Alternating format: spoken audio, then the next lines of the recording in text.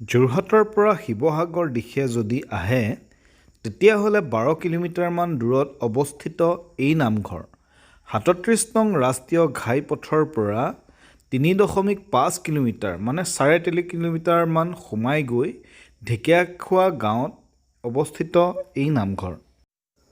ভাদ মাহত এই নামঘৰত অগণন ভক্তৰ ভিৰ হয়। সেই সময়ত ইয়ালৈ আহিবলৈ বহু দূৰৰ পৰাই খোজকাঢ়ি আহিব লাগে। এতিয়া দোকানবোৰ বন্ধ কৰি থৈছে। সেই সময়ত ইয়াত দোকানেই দোকান হৈ থাকে। নামঘৰৰ মাটিকালি মুঠ 13 বিঘা।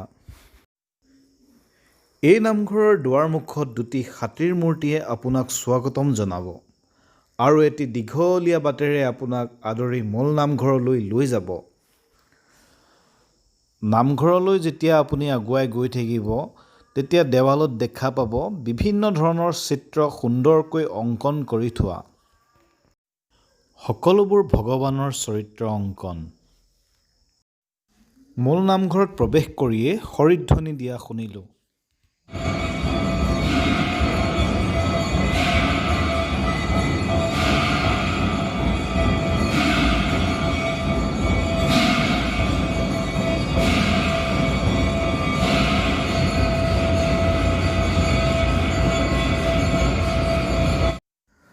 বৈষ্ণৱ ধৰ্ম প্ৰচাৰ কৰি থকা সময়ত কিছুমান অবৈষ্ণৱ ধৰ্মৰ লোকৰ প্ৰৰোচনাত পৰি মহাপুৰুষ শংকৰদেৱ আৰু মাধৱদেৱক ৰজাই বন্দী কৰিব খুজিছিল।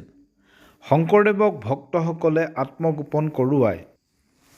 কিন্তু ৰজাই মাধৱদেৱ আৰু মাধৱদেৱৰ জোঁৱায়েকক বন্দী কৰে। পাছত বিচাৰ কৰি মাধৱদেৱক মুক্তি দিয়ে আৰু জোঁৱায়েকক মৃত্যুদণ্ড দিয়ে।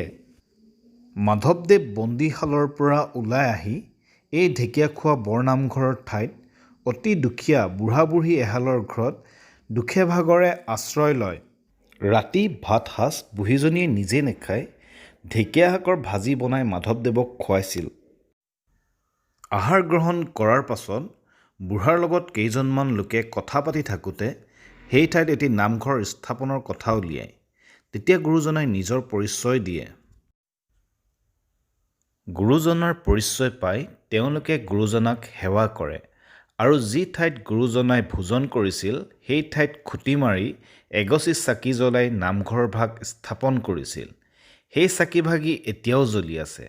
ইমান বছৰ জ্বলি থকা বাবে ইণ্ডিয়া বুক অফ ৰেকৰ্ড আৰু এছিয়া বুক অফ ৰেকৰ্ড গঢ়িবলৈ সক্ষম হৈছে সেই চাকিভাগিয়ে। আৰু সেই চাকিভাগি এই ভাগেই জ্বলি আছে চাওক। নামঘৰ ভাগ প্ৰতিষ্ঠা হোৱাৰ পাছত সেই অঞ্চলটো আৰু নামঘৰ ভাগি নাম ঢেকীয়াখোৱা হয়। মাধৱদেৱ সেই ঠাই ত্যাগ কৰাৰ পাছত বুঢ়া বুঢ়ীহালৰ মৃত্যু হয় আৰু ৰাইজে সেই ঠাইত খেৰ বাঁহৰ নামঘৰ সাজি প্ৰত্যেক বছৰৰ ভাদ মাহত গুৰুজনাৰ আৰ্হিত পালনাম গাবলৈ ধৰিলে। তেতিয়া খেৰ বাঁহৰ নিৰ্মিত সেই নামঘৰ এতিয়া এই ৰূপ পাইছেহি। এই বটগছ দুজোপা যে দেখিছে তেতিয়াই মাধৱদেৱে ৰুই থৈ গৈছিল। চাওকচোন কিমান পুৰণি গছ এতিয়ালৈকে আছে।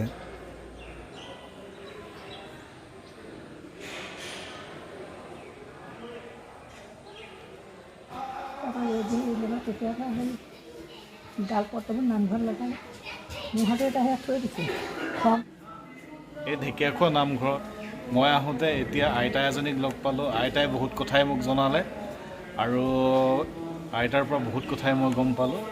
ভৱিষ্যতে আইতাৰ সুস্বাস্থ্য কামনা কৰিলোঁ। আইতাই ভালে কুশলে থাকক আৰু দীৰ্ঘজীৱী হওক তাৰে কামনা কৰিছোঁ। আইতা আকৌ লগ পাম। বহু দেৰি কথা বতৰা পতাৰ পাছত আইতাই মোক চাহ খাবলৈ লৈ গ'ল।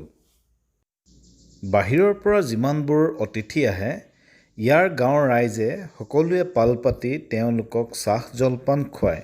ময়ো চাহৰ জুতি ল'লোঁ, ভাল লাগিল। এইপাহ বোলে এপাহ ঢেকীয়া ফুল। ঢেকীয়া ফুল সহজতে নুফুলে। আমি সৌভাগ্যৱান যে এই নামঘৰৰ বাবেই আমি ঢেকীয়া ফুলপাহো দেখিলোঁ। আপুনি যদি যোৰহাট আহিছে তেতিয়াহ'লে নিশ্চয় এই নামঘৰলৈ এবাৰ আহক। বন্ধুসকল, ভিডিঅ'টো চাই কেনেকুৱা পালে জনাবলৈ নাপাহৰিব আৰু মোৰ এই চেনেলটোক ছাবস্ক্ৰাইব কৰিবলৈ নাপাহৰিব। পুনৰ এটা নতুন ভিডিঅ'ত লগ পোৱাৰ আশাৰে আজিলৈ আহিছোঁ। ধন্যবাদ।